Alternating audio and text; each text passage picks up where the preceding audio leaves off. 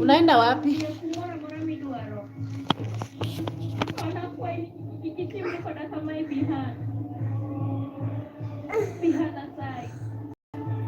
We, toka. Hebu nione kama ile nini. Wewe.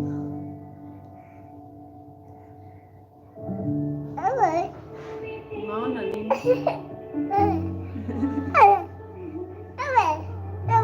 Usigize. Guys, I apologize. I was trying to make a video a day sometime back. But wait, but the what is it called? That wewe usigonge hapo, amka. Wewe ukionanga, mbona ukionanga kamera una behave hivyo? I try to download videos for you guys, but the internet, like right now, you know, in my living room, I don't really have network. So even at this point, maybe it will log off. So you have to put up with me with all this crap internet. So this boy. So today we are just chilling. Kwani wewe unashindanga tu uko na nini? Kwani bado uko na nini? Uko na wewe, wacha kujifanya. Uko na hiyo kweli? Ama iko wapi dawa? Ned, vayo. Endo leta dawa yako.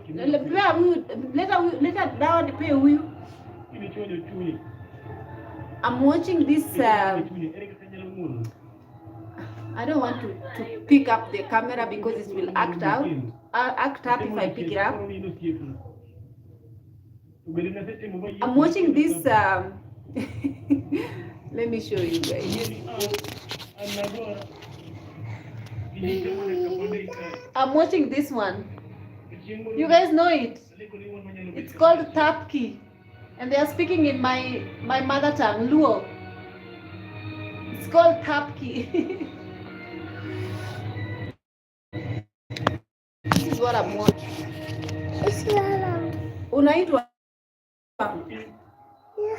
Zafo, cough. Hii si ya cough, hii ni ya fever.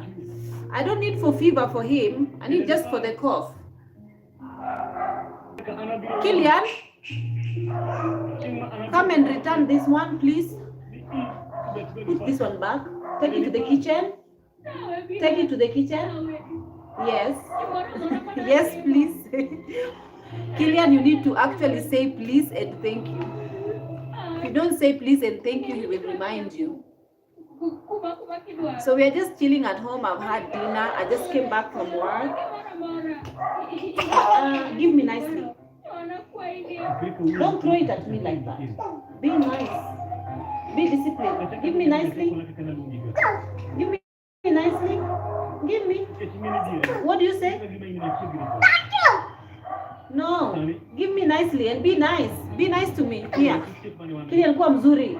We. Be nice to me. Unanipea na unasema aje? Take. Unasema aje? Later. No, nipe vizuri. Hebu amka. Nilete kiboko. Kuja hapa. This kid when I'm on live he's misbehaving. Okay, simama hapa. We have to teach you manners. Take.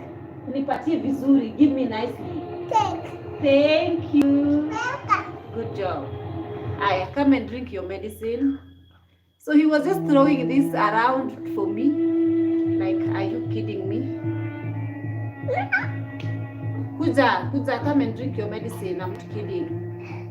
I think he needs to drink 5 milligrams.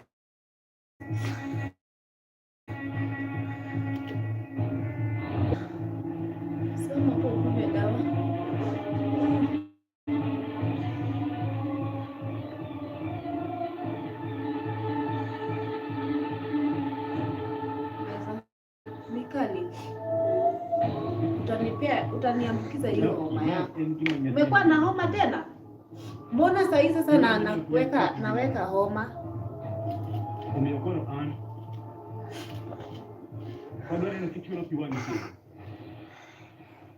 I don't like how this Dewakal, not what is his name?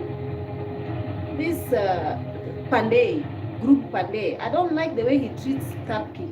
I don't like the way the entire house treats Tapki. Ai, you tamwaga, peleka jikoni. Take it to the kitchen, please. Thank you. Hi guys. I have a little bit of a flu. For some reason, I don't know why.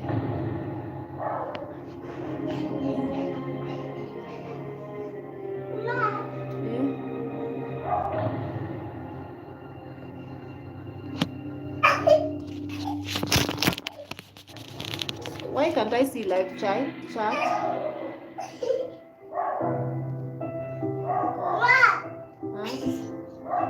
Everyone is saying greetings. Greetings back to you. Greetings back to you.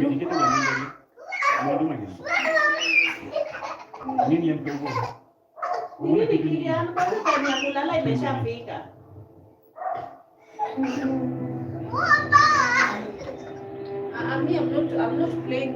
Kuja uone mimi nakalia kiti yako. Mimi hebu acha nikalie kiti.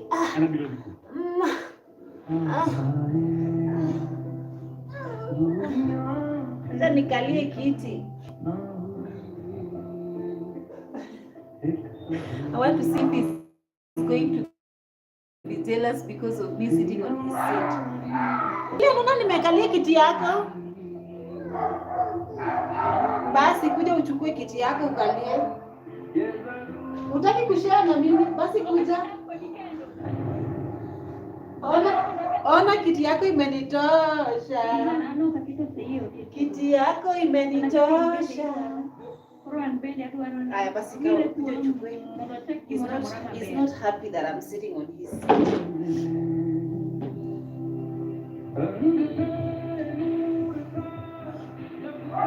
What are we watching? We are watching?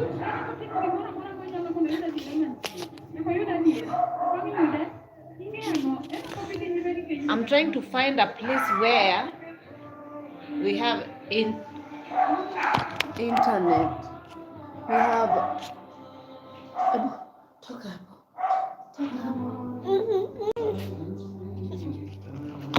This video was supposed to be a silent live, just hanging out with us while we are watching our things.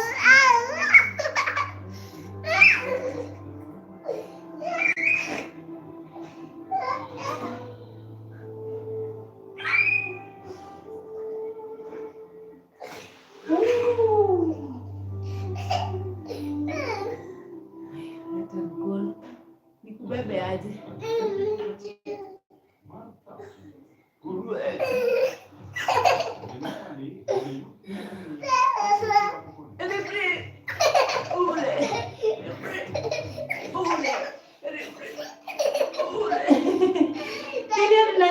Workout. Tena. How are we gonna? 1, 2, 3, 4, 5, 6, 7. Sitaweza. It's too much.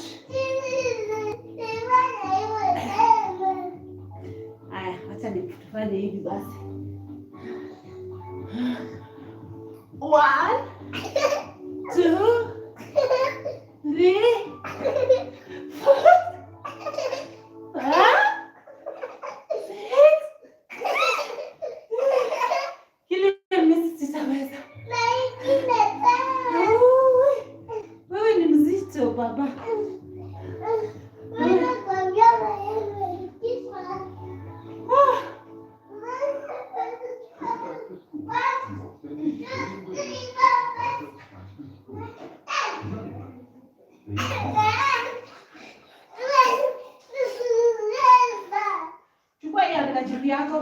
handkerchief yako inashindanga kila mahali. Hiyo handkerchief yako? Enda uweke.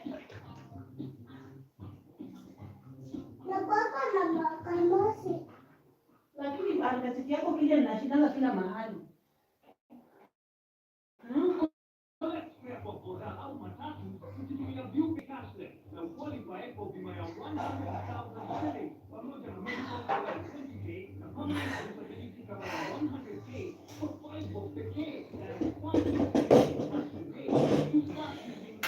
Kile najua wewe ni mzito. Mzito sana.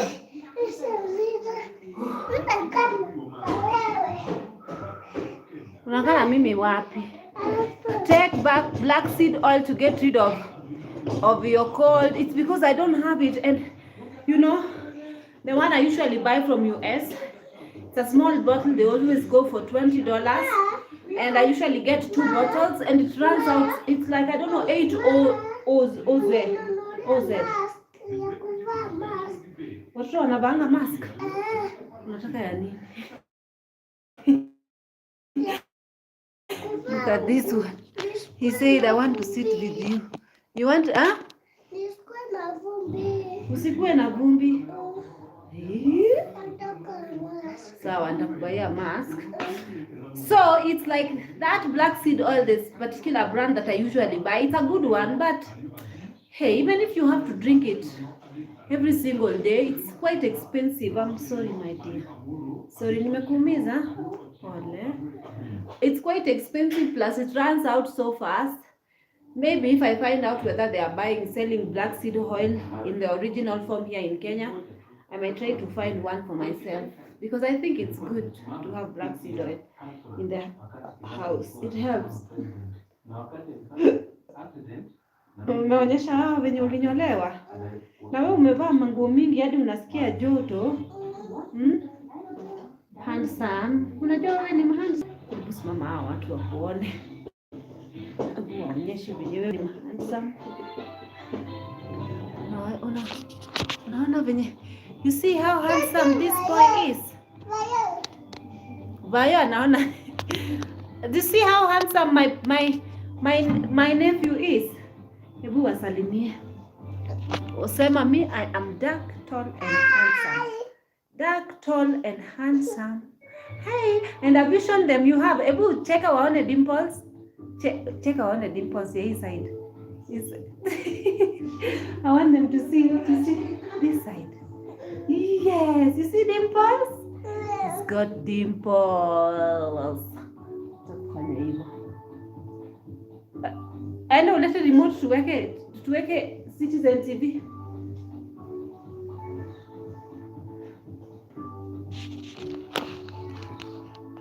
Guys, we want to watch news.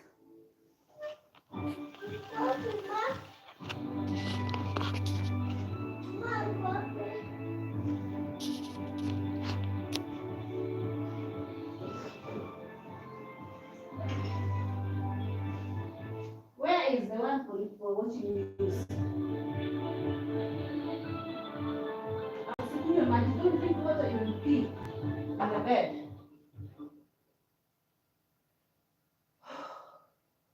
Okay, sit down now. Oh yeah. Don't sit there. Don't hold. Come back here.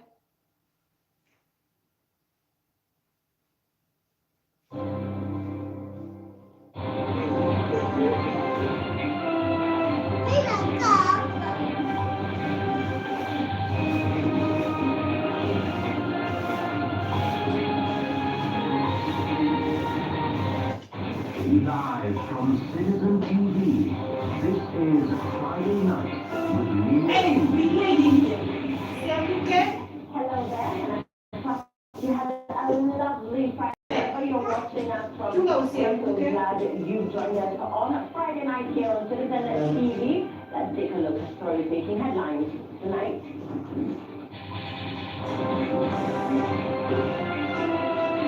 So-called dead end. Supreme Court has final ruling on ex-governor impeachment.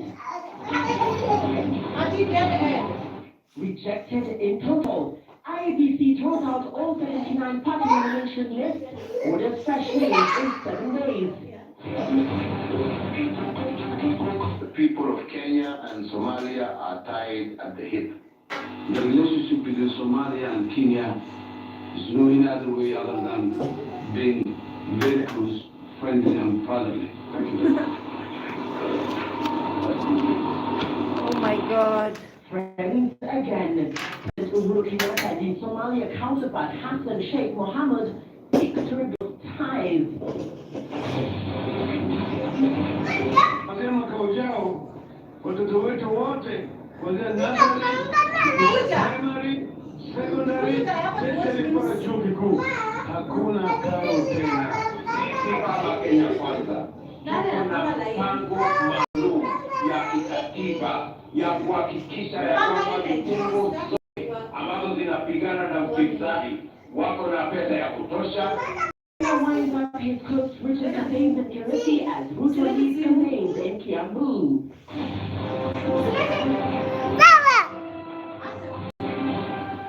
Good evening and many thanks for joining us. Sawa, umeshawasalimia. Sawa, basi enda ukae kwa kiti yako uone ile.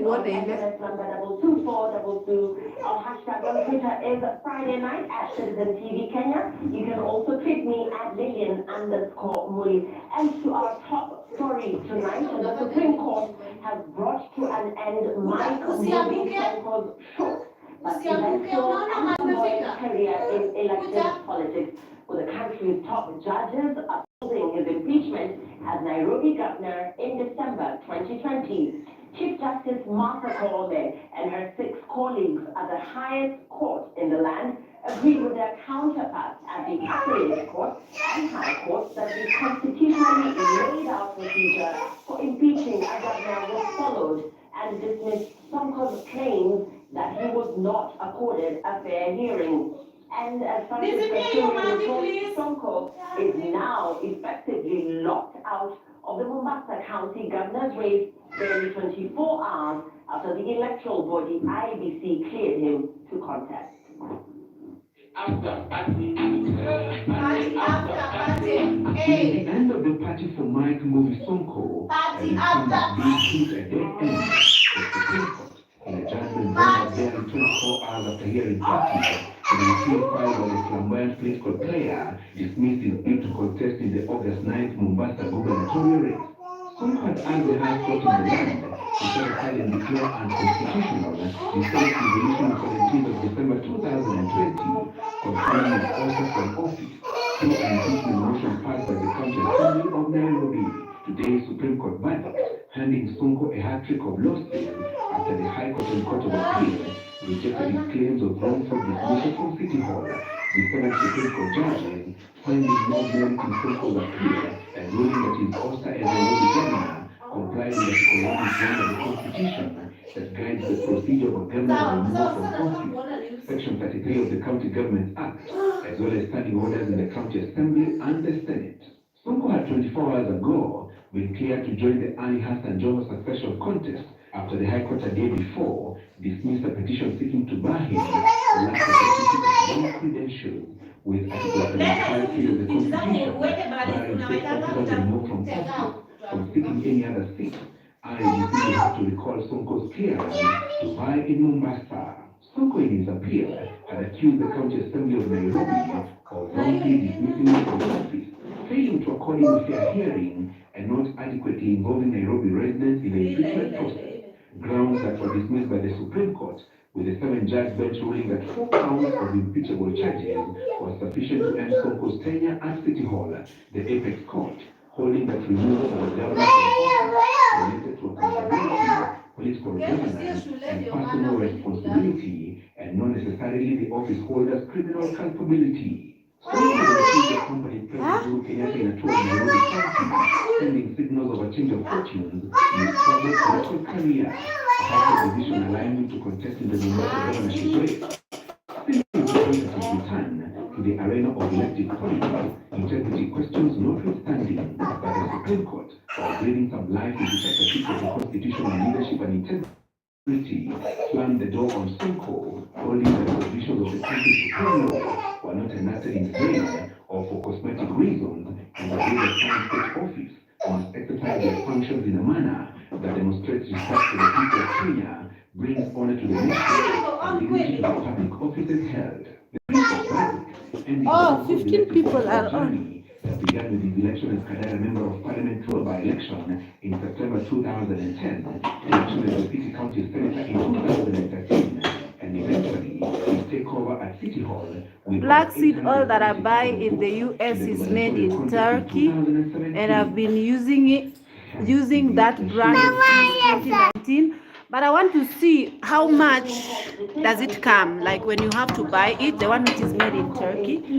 Does it just come in a small bottle or what? Any brand of black seed oil that is cold pressed is very good. Varigani Empress Ruby, I'm doing good. Much respect to Kenyans. Love from Chicago. Thank you so much, Sonia. The black seed oil we buy in the US and on Amazon is expensive, but local black seed oil in Africa and Arab countries are much cheaper and still high quality. I'll check it out. I will check it out. Sasa tunashindwa kujua kwamba hii serikali kwa nini inazungusha mtu inapeleka huko baada ya kumwambia ukweli kuliko apoteze muda wake. Afadhali serikali iseme kama itaki mtu ni iseme kwa hakutaji. I want to watch news, guys. So kwa sababu ulifanya mambo ya somo. Tawi, ebu look Tawi. Tawi.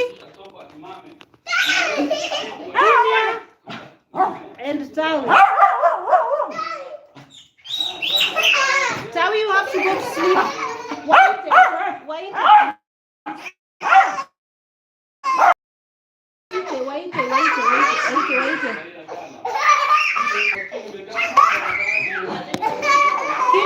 Kilian, wapeleke waende.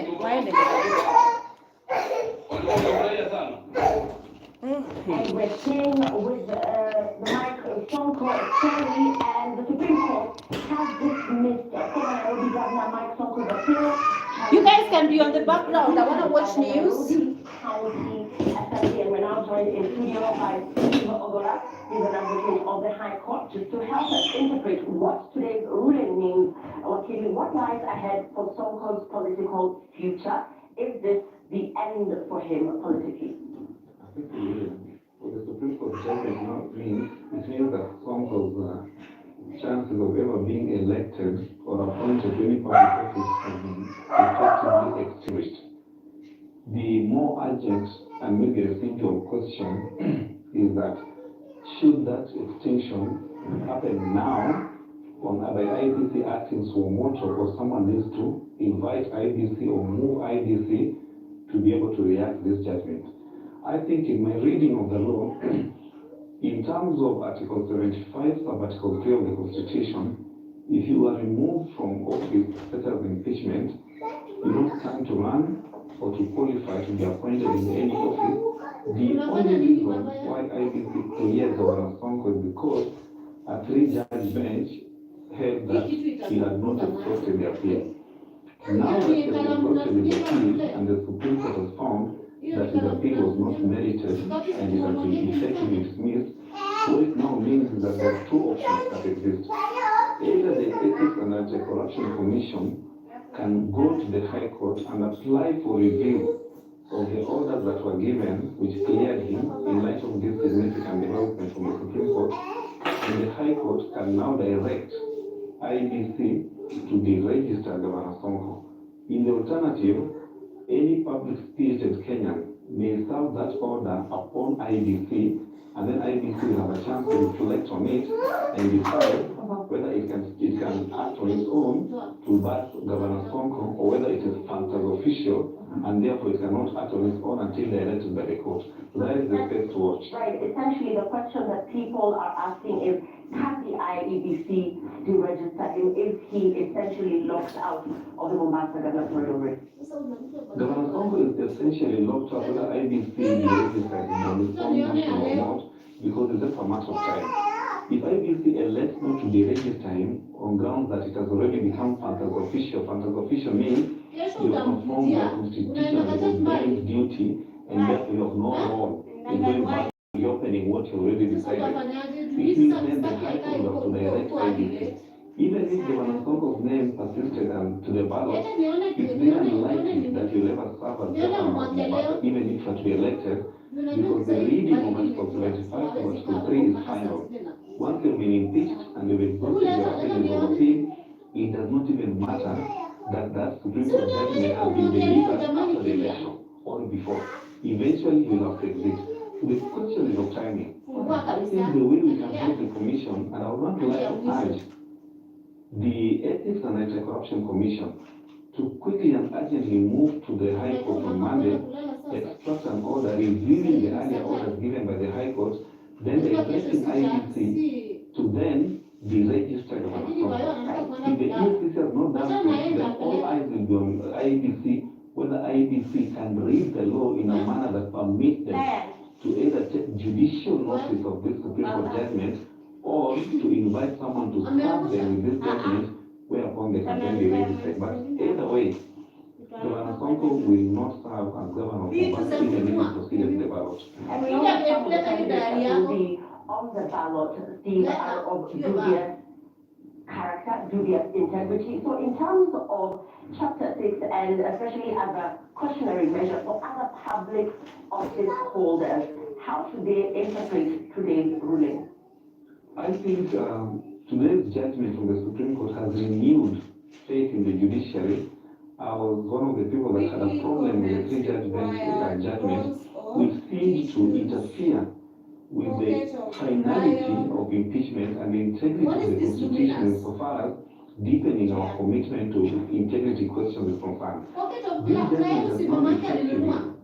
Remember, in the last paragraph of the judgment, the court said we must give meaning to Chapter 6 of the Constitution, which means if the court plays their role, if the judiciary plays its role in a manner that advances the Constitution's core commitment, we would not be having people who are of dubious integrity be clear to run. We are always quick to judge IBC, even judge them harshly. Yet IBC is also constrained by the legal framework to meet the right. Ultimately, William, if there are candidates of dubious integrity who have been flagged out by the report, you saw that, or flagged out by the civil society, because in this election, the civil society prepares what they call a red card report. It is upon the public, the voters, to make sure that you stop persons of dubious integrity at the ballot. We cannot overemphasize the need to organize government at the ballot, and the citizens cannot also escape scrutiny or accountability if you have people of dubious integrity presenting themselves. That is definitely a problem, but it's a bigger problem if voters actually vote for such people. So accountability is a problem. Judicial accountability in the manner in which they make their decisions, and political accountability in the manner in which our voters exercise their rights. And there were questions around whether this impeachment was unlawful. Does this move define the way forward as regards the impeachment procedure for county? I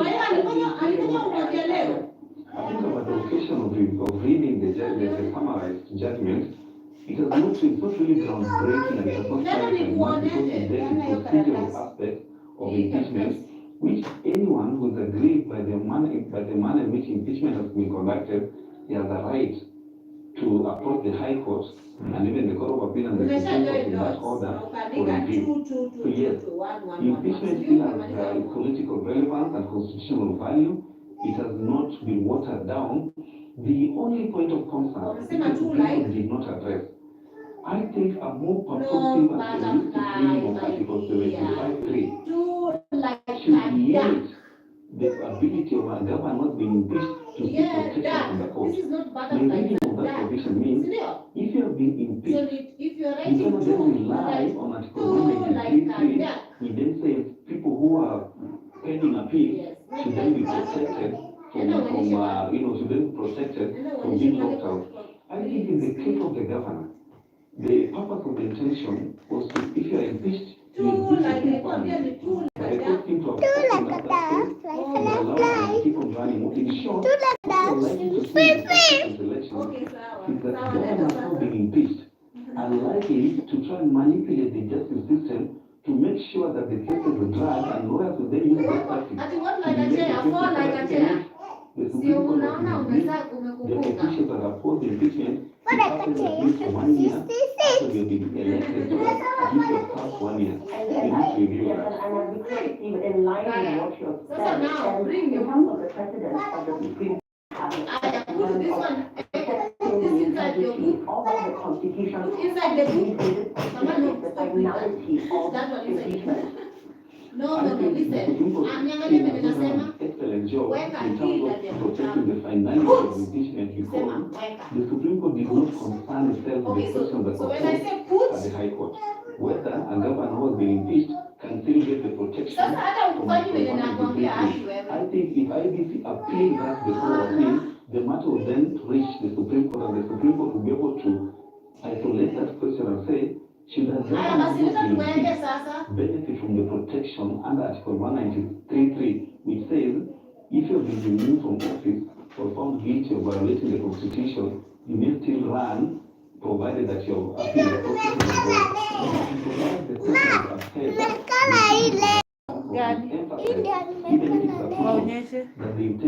Maonyeshe yenye umekala.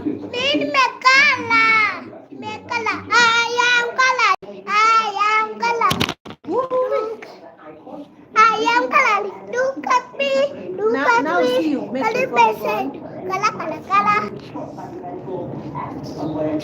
Sasa umefanya simu ikaanguka. Kaleta upuzi sasa. Beyond recognition, injured after a 14-team attack in County. Two of those injured Kilian, now you've made the phone go up, made a lot of, now it's enough, metosha, kuja uweke kwa kitabu. Aya, kuja uweke homework yako hapa. Kutuweke homework yako, alafu tuende tukalale. Wewe kwanza unafaa kwenda kulala sasa hivi 9 o'clock. Weka hii hapo ndani. You guys, the little one has already made the phone go.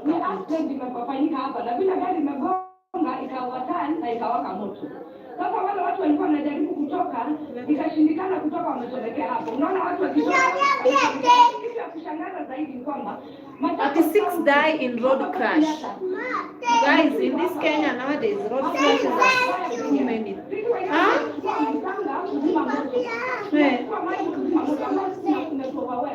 Ukiniambia take, I have to say thank you. Okay, niambie tena, nimesahau, I'm sorry.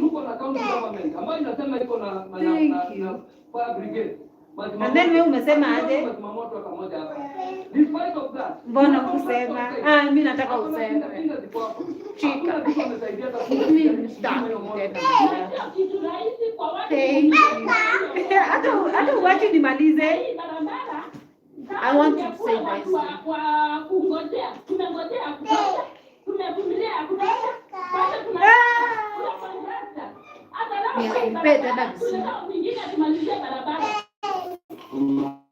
Thank you. Good job. Aya, sasa unapeleka, enda na bayo akupeleke, utapeleka kulala. Kwani umemwaga maji?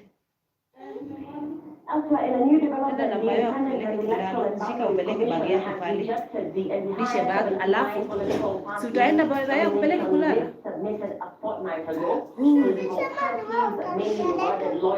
Kwani wewe hutaki bayo akupeleke? Wewe kile tutakonga na visanga.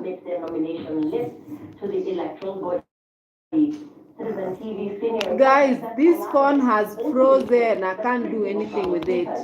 Areas where there were pending court cases.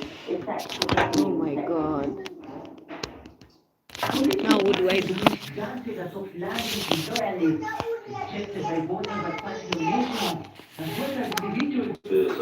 Yes, we are back. I'm sorry, the phone was a bit frozen. Parties were compliant and the stand rejected for various reasons documented for each respective party.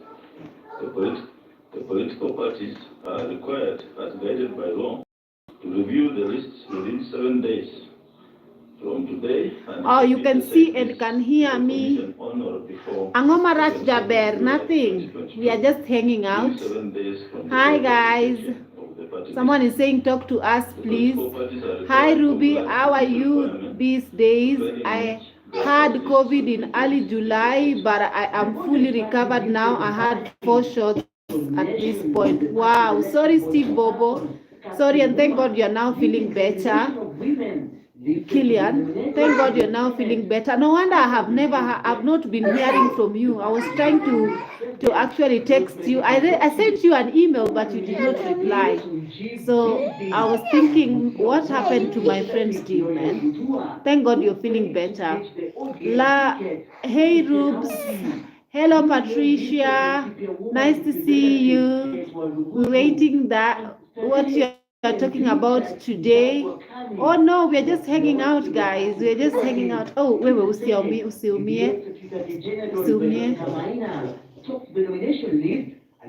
We are just hanging out. That's all. Oh wait, the video has gone up to.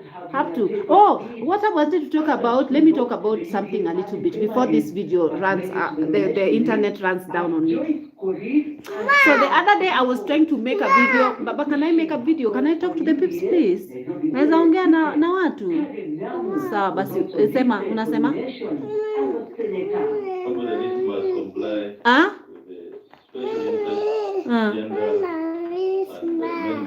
Oh, the little boy is saying that he misses his mom. Oh, mama atakuja. Sawa.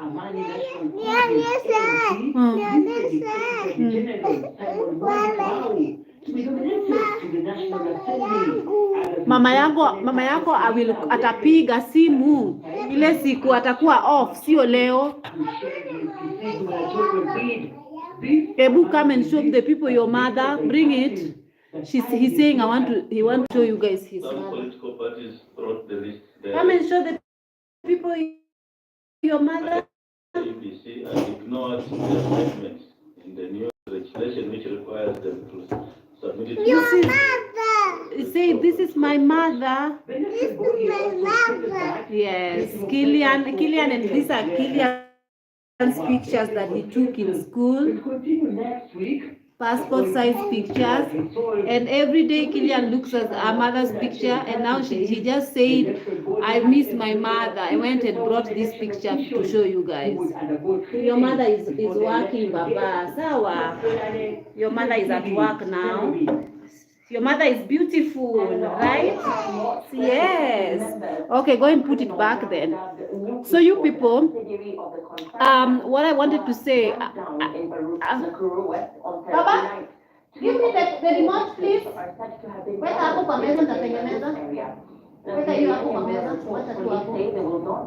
Aya, ndio nilete remote. In Nakuru that have been witnessing a spike in insecurity cases in the last month.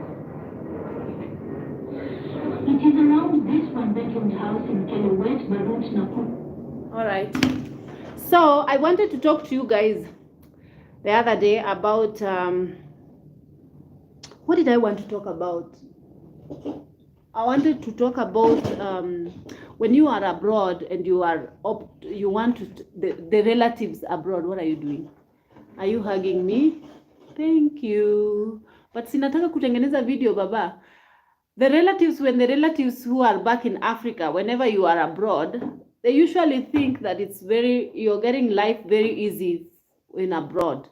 Because the minute you actually board a plane, they assume that you've gone to a place where you really like earning a lot of money, or your life is much, much, much better, and you don't even have to work hard. They don't even know how much hours you have to put in to actually try and make ends meet.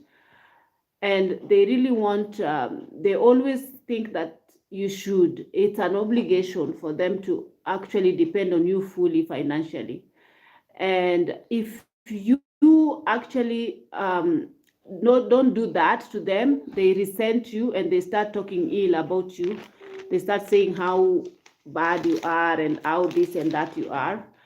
especially the siblings. They're usually very, very entitled. They don't know how much difficult it is for the people who are living abroad, especially the people who live in America.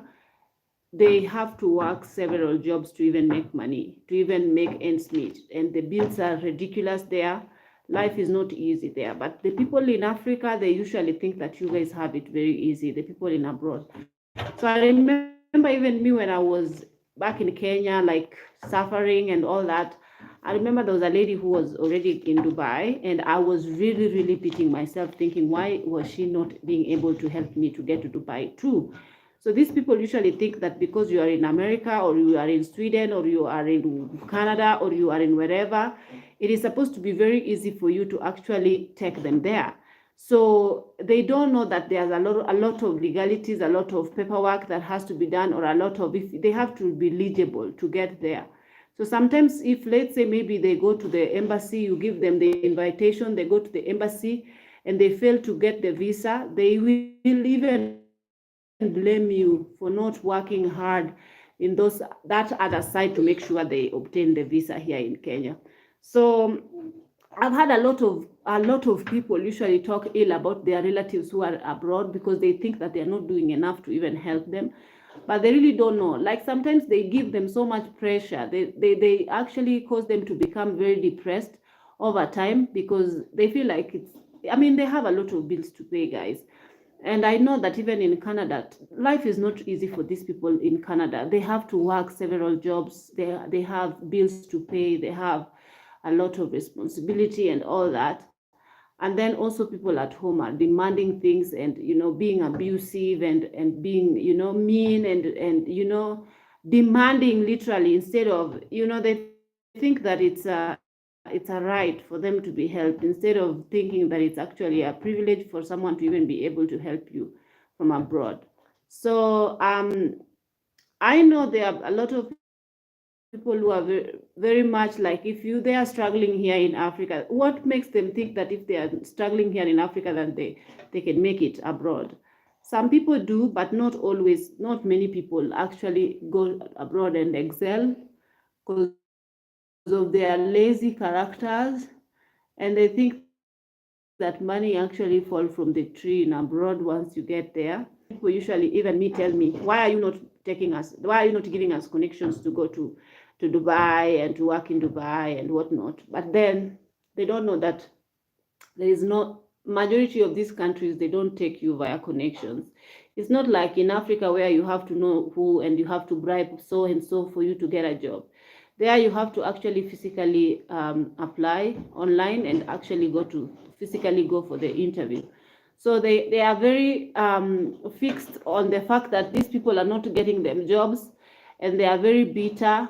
You cannot depend on someone. Even me, when I had to take this kid's mom to Dubai, the only thing I gave her was a laptop, and I told her, and I suggested her a couple of websites here and there how she can apply. I literally did not even teach her how to apply for these jobs. She just went in there and did it herself. I did not even, I was working for the airline. I could not, I'm not fix her job in the airline industry as well, because they think that because you've been there for so long, you can actually just speak to the manager and the manager can give me a job. No, you have to go through the same channel that everyone goes through by just simply applying and getting shortlisted from the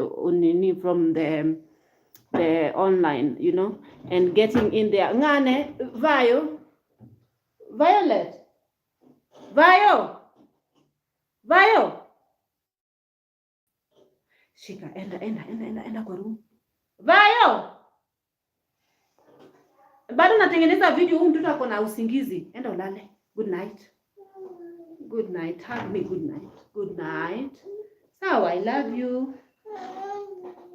Aya, chukua mtoto upeleke usingizi imemjaza. It's late now, the kid has to sleep. So you people, I know very well that a lot of people usually think it's a walk in the park going abroad, and many people right now are looking for any way to get out of Africa because they think that life here is a bit very unbearable, and it's true in some part, but then I'm just thinking to myself how lucky I am, to be honest. I am not bragging or saying anything, but I'm just thinking that if it were not for if things did not happen for me to like find my way, that I went to Dubai and managed to set up my life, I don't know where I could be right now. You guys, I owe it to my maker. Me, I don't owe it to anybody. Me, I owe it to only God, you know. And I know that in America or in there is a lot of people, you guys. There's a lot of people who live abroad, and because of these relatives usually think that they make it big and they have money there, and their life is easy there. They usually take advantage of these people, and actually these people send back money home for them to have something set up for them, maybe a home, or they buy land or this then that. And you find that these people just take advantage of them. Even me, I've been taken advantage of a lot. A lot of my money has been eaten from when I was back in Dubai, and I was sending money to people who are actually taking advantage of me and eating my money and all that. It's a very much hassle. A lot of people have lost a lot of money from just trusting people home and giving them their hard-earned money to come and set up something like a home, buy land for them and whatnot. I personally know people who've lost millions and millions of Kenya shillings. Meanwhile, in their life in abroad, they are just like really like toiling, guys. It's toiling after toiling. Yes, they have better lifestyle, better quality of life there, but you have to really work hard to be able to maintain this kind of lifestyle that you're living. But these people don't really usually understand. So I usually say that, I say to myself, usually these people, I tell them that for me, I don't know whether to call it luck. I don't know whether to call it blessings. I don't know whether to call it what to call it. I think it's just a chance, just by chance that through the mercy of God, I say things worked out the way they worked out for me. And yes, where, Junior, stop it. Junior is fighting the younger dog. So what did I want to say? Yes, I do know that there are people who they've made money, they've saved money, and then they trusted people back home, sent this money is lost. And they are now still abroad trying to find money still, you know. And I just feel it's very unfortunate, because I know that people abroad, even buying a house in itself there in abroad is not easy, because you have to pay mortgage, you have to spend the rest of your life basically paying up for this mortgage, and maybe you have student loan that you have to pay for and all that. It's not a walk in the park. But people back home usually think that it's so easy for you. Like for me, I thank God that when I was in Dubai, yes, life is a bit more hectic, and you work and all that, and you can only have, if you have a better job, then you can have good quality of life. Thank God we don't really get heavily tasked in Dubai. So you can easily, depending on which company you're working for, it's very easy for you. Like if you're earning more money there, it's very easy for you to, because your money is not getting taxed. If you're careful and not sending your money to your relatives to eat all your money, you can save up and you can be able to So I think it's better for you. I know a lot of people who usually feel like they want to send money. If you don't trust a relative, like for example me, if my sister, like for example, she sent me money to like do something, or even, you know, I can never ever sleep with myself knowing that I've eaten that money. I mean, I'm not that kind of a person. Of course, I'll try to help her as much as possible to do whatever she has to do to back home, instead of taking advantage of her and eating all her money. I wouldn't do that. But at the end of the day, if you have people that you don't trust and you're not very 100%, just know that it's better for you to keep that money in the bank, sending it to somebody who is going to misuse it and who don't understand the value of this money and how much hard you've worked for this to even obtain this money. Better keep your money, guys. Better to keep your money. And don't be in a rush. Family usually pressure you so much.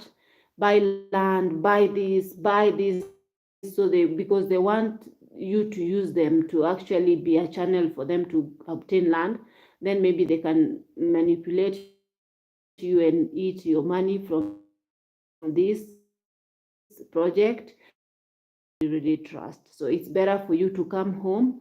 You know, I know her home, I know, helped me out, you know, found me land. Yes, she has to take a commission because, yes, the commission has to be gotten from me, but it was not something too big that I could not be able to pay up for. So just don't trust people, guys. I know that it's difficult, but just don't trust people. I think I'm going to end this video. Let me see what you guys have chatted. The West is struggling now with fuel prices, food shortage, water shortage, and much more. Gasoline is almost $6 per. Even here in Kenya, guys, it's a worldwide thing. Prices are very high for gasoline, food, and many times US and West advise Africans to stay in Africa. This is not the time to travel abroad, especially in Europe. But there are people who've actually gotten great opportunities to travel. You know, life must go on. If the people who got a great opportunity to go, they can always go. Because, guys, me, I can never tell somebody not to travel because I know what traveling made my life very different. You know, traveling out of Kenya made my life very different. People, there's opportunity out there as well, guys. If Junior, stop it! Junior!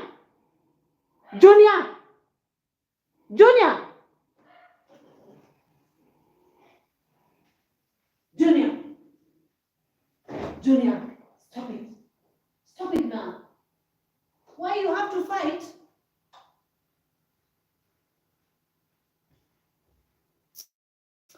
So you guys, if it were not that I left Kenya to go to Dubai, I know that my life could have not been the same place it is right now.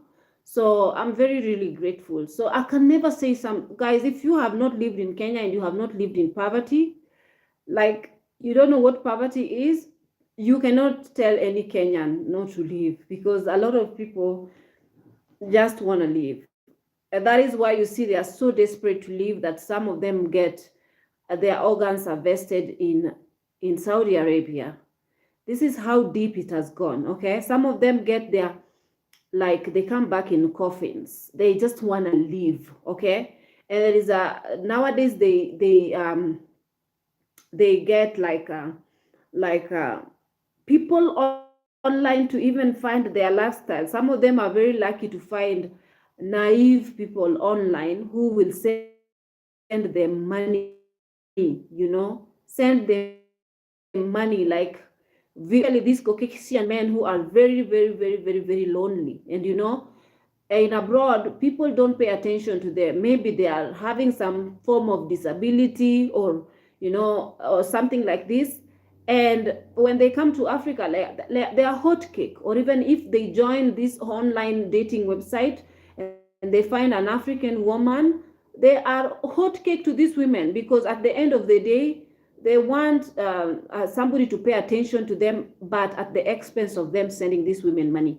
So these women can die for this, okay? They can die literally for this, to find a guy who will help them out, an angel, like they call these people angel, like blessers. This is how they call them. So it's very rampant here in Kenya. People are online. They are basically people on TikTok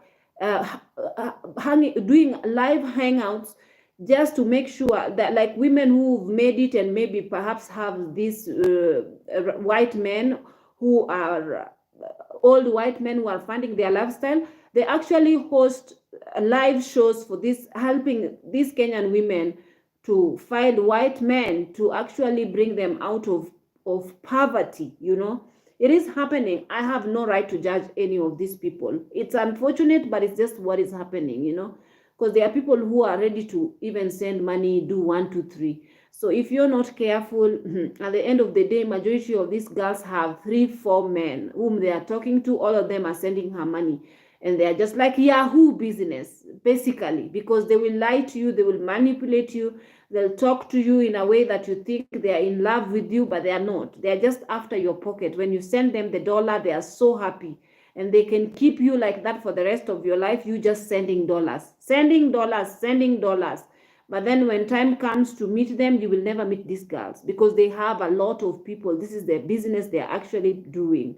It is happening for most of these people. As a lot of girls here in Kenya don't even work, but they live very good lifestyles. They rent, they have their children taken to school, but they have blessers, sponsors. It's happening, you know, virtual sponsors.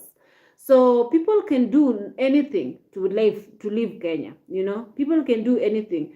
People, for me, I wouldn't tell anybody not to leave Kenya. If you find a way to live, go and make your life better out there. Just be careful.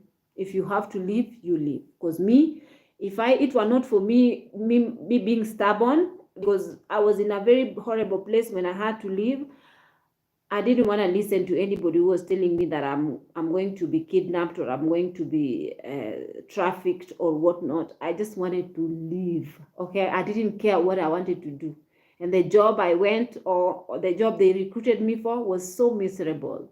You stand on your feet for like 13 hours a day, 14 hours a day. You only have 30 minutes break to eat. You stand on your feet because we are doing sales, and you have to be on the sales floor all this time, and your managers are on your neck. You're tired. I was always crying. I went to the stock room only to, you know. So thank God things changed for me. God is in heaven. He has our present, our Christ, sees the situation and all that. And I think things always gets better with time.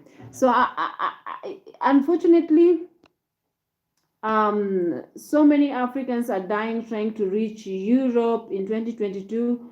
Many Africans during Moroccan prison. The video, I saw that video where they were being murdered, literally being murdered because they are not welcome in Morocco. And surviving in Africa, well, it's about to be very severely major war horizon. Stay in Africa. The West is struggling now. It is true, the struggle is everywhere. Money doesn't grow on a tree. Here in the US, here we have to work for money to pay our bills. To his mom soon on WhatsApp or FaceTime. Yeah, he speaks to his mom whenever his mom is off. So he's actually saying that he misses his mom. So I'm sure his mom is gonna watch and he's gonna make sure that he calls him tomorrow or Sunday, because that is the time that he's not in school. So anywho, guys, I think this video is gonna end here. I need to go take my shower, get myself pampered for bed, then voila. So I thank you so much, guys, for joining my video. It's 58, almost 1 hour. Thank you so much for joining my video. Have a lovely day. Bye bye.